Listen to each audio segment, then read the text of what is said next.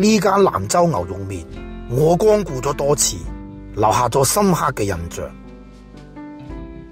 佢位於灣仔軒尼詩道嘅鬧市電車路隔籬，望落去好似一間連鎖嘅快餐店。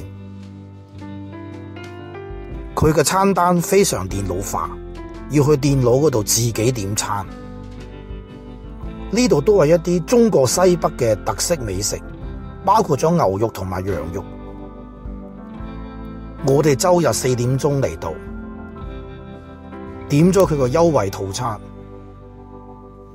下午茶2款，用咗76蚊，食得都幾飽。我中意佢嘅牛肉夾饃，皮夠脆，牛肉新鮮，口感甚佳。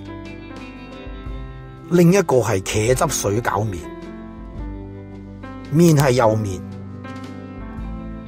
茄汁適合嗰啲唔中意辣嘅人。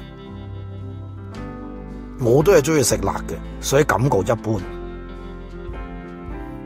今次雖然冇食佢嘅招牌菜蘭州牛肉麵，但亦都食咗佢嘅牛肉夾饃，都算係值回票價。